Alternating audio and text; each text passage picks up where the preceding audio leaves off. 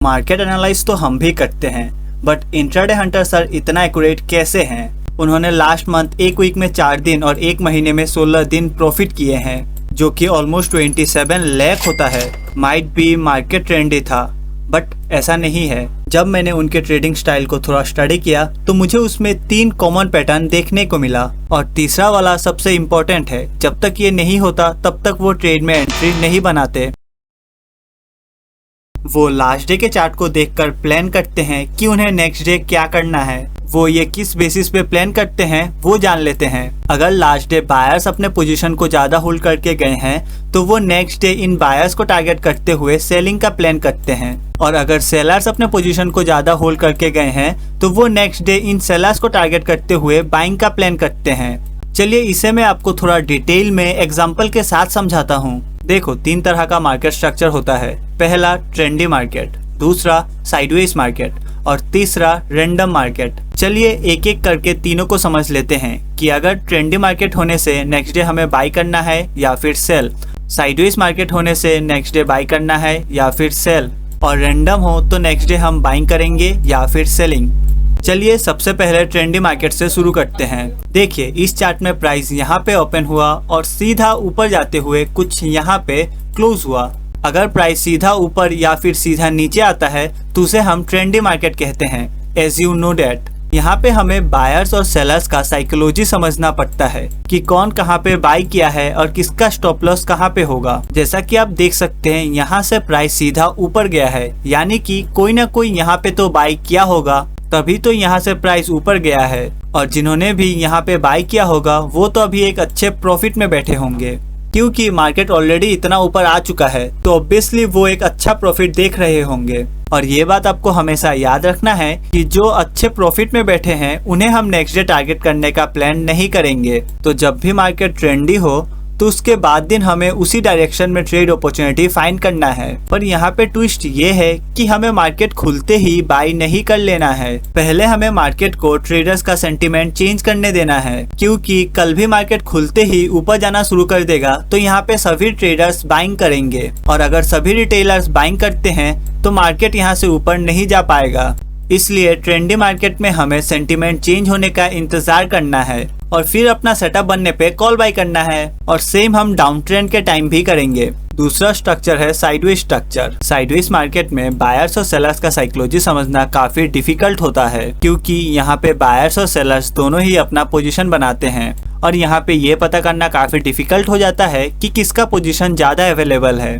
इसलिए sideways market के time intraday Hunter sir next day का ओपनिंग और उसके बिहेवियर पर ही अपना ट्रेड प्लान करना पसंद करते हैं, और मैं भी आपको यही रेकमेंड करूंगा। और हाँ, मैंने कुछ नोटिस किया है साइडवेज मार्केट के बाद दिन, तो सोच रहा हूँ वो भी आपको बता ही देता हूँ। लेट सपोज आज मार्केट टोटली साइडवेज था और कल मार्केट गैप अप खुलता है, और अगर कल खुलते ही 1 मिनट टाइम फ्रेम में पहला कैंडल रेड कैंडल बनता है तो मार्केट सीधा नीचे आते हुए इस सपोर्ट को ब्रेक करेगा, और अगर गैप डाउन खुलता है और पहला कैंडल ग्रीन बनाता है तो वो सीधा ऊपर जाते हुए इस रेजिस्टेंस का ब्रेकआउट करेगा। चलिए इसे मैं आपको कुछ एग्जांपल में दिखा देता हूँ जो मैंने नोटिस किया था। जैसा कि आप इस चार्ट में देख सकते हैं, ये मार्केट टोटली साइडवेज है, तो ये हमारा रेजिस्टेंस एरिया है और ये हमारा सपोर्ट एरिया है। अब चलिए हम नेक्स्ट डे के चार्ट को देखते हैं। जैसा कि आप देख सकते हैं नेक्स्ट डे मार्केट ने गैप अप ओपनिंग दिया और पहले 1 मिनट के कैंडल में हमें रेड कैंडल देखने को मिला, और फिर सीधा प्राइस नीचे जाते हुए अपने सपोर्ट जो कि मैंने आपको बोला था उसका ब्रेक डाउन किया। चलिए इसे मैं आपको और एक एग्जांपल में समझाता हूँ। जैसा कि आप इस चार्ट में देख सकते हैं, ये भी मार्केट टोटली साइडवेज है, पूरा टोटली साइडवेज है, तो ये हमारा सपोर्ट एरिया है और ये हमारा एज ए रेजिस्टेंस एरिया है। चलिए अब हम नेक्स्ट डे के चार्ट को देखते हैं। आप देख सकते हैं मार्केट गैप डाउन खुला, खुलते ही एक ग्रीन कैंडल बना, उसके बाद सीधा प्राइस ऊपर जाते हुए जो कि रेजिस्टेंस था उसका ब्रेकआउट किया है। तो आप जाके इसे बैक टेस्ट करके चेक कर सकते हैं। इस चीज को मैंने काफी टाइम नोटिस किया था, इसलिए मैंने सोचा आपको बता दूं, बाकी आप बैक टेस्ट करके देख सकते हैं। और तीसरा स्ट्रक्चर है रैंडम स्ट्रक्चर। यह स्ट्रक्चर सबसे डिफिकल्ट और सबसे कॉमन स्ट्रक्चर है। रैंडम मार्केट आपको वीक में 3 से 4 दिन इवन 5 दिन भी देखने को मिल सकता है। साइडवेज मार्केट एक्सपायरी के 1-2 दिन पहले दिखाई देता है और ट्रेंडी मार्केट महीने में 2 से 3 दिन ही रहता है। बाकी बचे दिन आपको रैंडम मार्केट मिलेगा। इसलिए इसे थोड़ा ध्यान से समझना। हमें बस इस चार्ट को देखकर ये पता करना है कि कौन आज अपने पोजीशन को होल्ड करके गए होंगे। इसके लिए इस चार्ट को हम 3 पार्ट में डिवाइड कर लेंगे और हम पहले वाले चार्ट को छोड़ देंगे, क्योंकि जिन्होंने भी यहाँ पे सेलिंग किया होगा वो अभी अच्छे प्रॉफिट में होंगे या फिर अपने पोजीशन को स्क्वायर ऑफ कर चुके होंगे। हमें इस दूसरे वाले पार्ट को देखना है। जैसा कि आप देख सकते हैं, प्राइस इस पर्टिकुलर एरिया से बार बार सपोर्ट लेकर ऊपर गया है और इसके थोड़े ही नीचे 500 का साइकोलॉजिकल नंबर भी है। अगर आपको पता नहीं है तो मैं आपको बता दूं, साइकोलॉजिकल नंबर मार्केट में एज ए सपोर्ट और रेजिस्टेंस की तरह काम करता है। तो मार्केट को इस साइकोलॉजिकल नंबर से सपोर्ट लेकर ऊपर जाता हुआ देखकर बायर्स आए होंगे और उनका स्टॉप लॉस इस 500 के नीचे होगा तो नहीं कह सकते, हम कंसीडर कर सकते हैं। इस पार्ट को देखने से हमें यही पता चलता है। अब चलते हैं तीसरे पार्ट में। यहाँ पे प्राइस धीरे धीरे नीचे आते हुए 56,500 जो कि साइकोलॉजिकल नंबर है उसके ऊपर ही क्लोज किया है। देखो, जिन्होंने भी इस सपोर्ट को देखकर इस सेशन में बाई किया था उन्हें इस रिजेक्शन के कारण कुछ ना कुछ लॉस दिखा रहा होगा, लेकिन जैसा कि उनका स्टॉप लॉस 56,500 के नीचे था और मार्केट ने इसका ब्रेकडाउन नहीं किया है, इसलिए वो अपने पोजीशन को कैरी फॉरवर्ड करके गए होंगे इस उम्मीद में कि कल मार्केट गैप अप खुल जा सकता है। लेकिन कल मार्केट खुलते ही इस राउंड नंबर का ब्रेकडाउन करेगा, जैसा कि आप देख ही सकते हैं। चलिए इसे मैं आपको और एक एग्जांपल में समझाता हूँ। पार्ट 1 को छोड़ देना है। इस पार्ट 2 में देखो, इस सेशन में मार्केट टोटली साइडवेज है। प्राइस यहाँ से रेजिस्टेंस लेकर नीचे गया है तो यहाँ पे सेलर्स आए होंगे और यहाँ से सपोर्ट लेकर ऊपर गया है तो यहाँ पे बायर्स आए होंगे। फिलहाल अभी हमारे पास इतना ही डाटा अवेलेबल है। सेलर्स का स्टॉप लॉस इस रेजिस्टेंस के ऊपर होगा और बायर्स का स्टॉप लॉस इस सपोर्ट के नीचे होगा, राइट।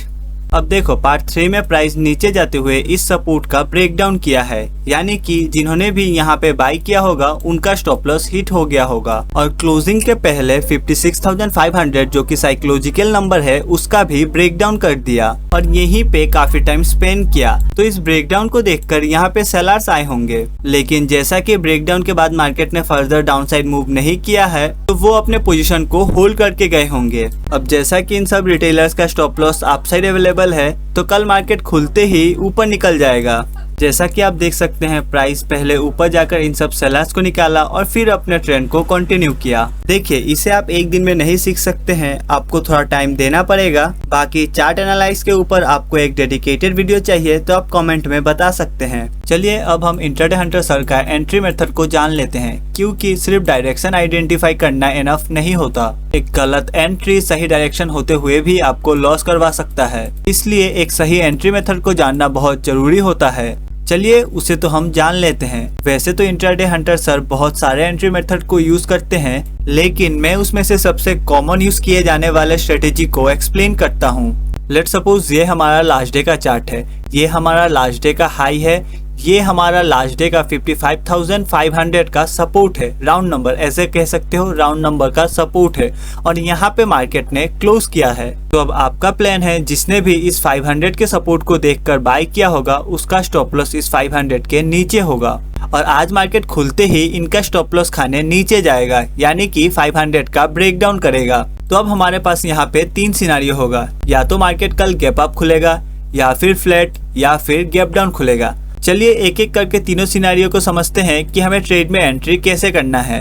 अगर मार्केट कल गैप अप खुलता है और खुलते ही क्लोजिंग प्राइस का सपोर्ट लेकर ऊपर जाता है तो यहाँ पर हम किसी भी एक रिवर्सल कैंडल को देखकर सेल साइड में ट्रेड बना सकते हैं। और अगर मार्केट गैप अप खुलने के बाद सीधा ऊपर निकल जाता है तो इसका मतलब आपका ट्रेड एनालाइज गलत था, क्योंकि जिन्होंने भी इस 500 के पास मार्केट को सपोर्ट लेता देखकर बाय किया होगा वो इस डे हाई के ब्रेकआउट पे अपना प्रॉफिट बुक कर लेंगे। अब अगर market next day gap down खुलता है, खुलते ही सीधा ऊपर निकल जाता है और इस क्लोजिंग प्राइस का ब्रेकआउट कर देता है तो यहाँ पे हमें इस ब्रेकआउट का फेलियर होने का इंतजार करना है। जैसे ही फेलियर में कन्वर्ट होगा ब्रेकआउट तो हम यहाँ पे सेल साइड के लिए अपना पोजीशन बना सकते हैं। और अगर मार्केट गैप डाउन खुलते ही नीचे जाना शुरू कर देता है और इस 500 जो कि प्रीवियस डे का सपोर्ट था उसका सपोर्ट लेके ऊपर जाने लगता है तो यहाँ पे बस हमें एक रिवर्सल कैंडल का इंतजार करना है। स्ट्रॉन्ग रिवर्सल कैंडल को देखकर हम यहाँ पे ट्रेड में एंट्री बना सकते हैं। फ्लैट मार्केट में भी सेम करेंगे। अगर मार्केट फ्लैट खुलता है, सीधा ऊपर निकल जाता है, डे हाई का ब्रेकआउट करता है, इसका मतलब आपका एनालाइज गलत था और नीचे के बायर्स अच्छे प्रॉफिट में आ चुके हैं, तो उन्हें टारगेट करने का आप कोई भी प्लान नहीं रख सकते। और मार्केट खुलते ही सीधा नीचे आ जाता है, इसका सपोर्ट लेता है, तो हम सेम करेंगे। अगर मार्केट सपोर्ट लेके ऊपर जाता है और उसके बाद अगर कोई रिवर्सल स्ट्रॉन्ग कैंडल बनाएगा, तो हम इस कैंडल के क्लोजिंग पे एंट्री बना सकते हैं। और बाय एनी चांस मार्केट खुलते ही सीधा इसका ब्रेकडाउन कर देता है, तो आप ब्रेकडाउन पे भी एंट्री बना सकते हैं, क्योंकि ब्रेकडाउन के बाद उनका एसएल कटना शुरू होगा और मार्केट सीधा नीचे जाएगा। आप बस इन दो चीज़ों को अपने ट्रेडिंग स्टाइल में इम्प्लीमेंट करके देखो, आपको अपने ट्रेडिंग में बहुत इम्प्रूवमेंट देखने को मिलेगा, ये मेरा गारंटी है। और तीसरा चीज़ जो मैंने उनके ट्रेडिंग स्टाइल में नोटिस किया था, उसके बिना आप एक प्रॉफिटेबल ट्रेडर बन ही नहीं सकते, वो है उनका डिसिप्लिन और रिस्क मैनेजमेंट। अगर आपको एक प्रॉफिटेबल ट्रेडर बनना है तो आपको रिस्क मैनेजमेंट और डिसिप्लिन को स्ट्रिक्टली फॉलो करना होगा। अगर आप वीक में 4 दिन प्रॉफिट करते हैं और एक दिन बड़ा लॉस कर लेते हैं, तो आप ओवरऑल मंथ के एंड में लॉस में ही रहेंगे। इसलिए रिस्क मैनेजमेंट का पता होना बहुत जरूरी है। अगर आप प्रॉफिटेबल बनना चाहते हैं तो इस वीडियो को देखिए। इस वीडियो को देखने के बाद आपको पता चलेगा प्रॉफिटेबल ट्रेडर बनने के लिए रिस्क मैनेजमेंट कितना इम्पोर्टेंट होता है। बाकी इस वीडियो से कुछ भी नया सीखने को मिला हो तो इस वीडियो को लाइक कर देना, चैनल को सब्सक्राइब कर देना। Thank you for your support.